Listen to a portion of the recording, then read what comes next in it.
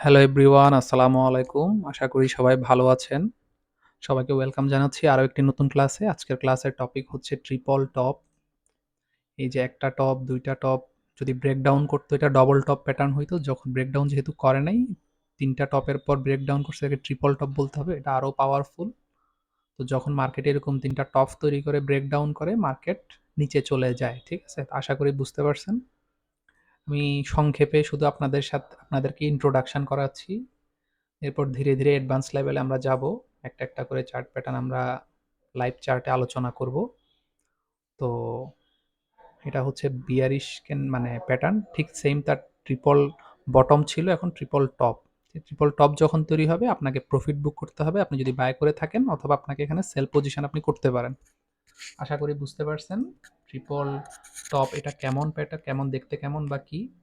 পরবর্তী ক্লাস দেখার জন্য আমন্ত্রণ রইল। আসসালামু আলাইকুম।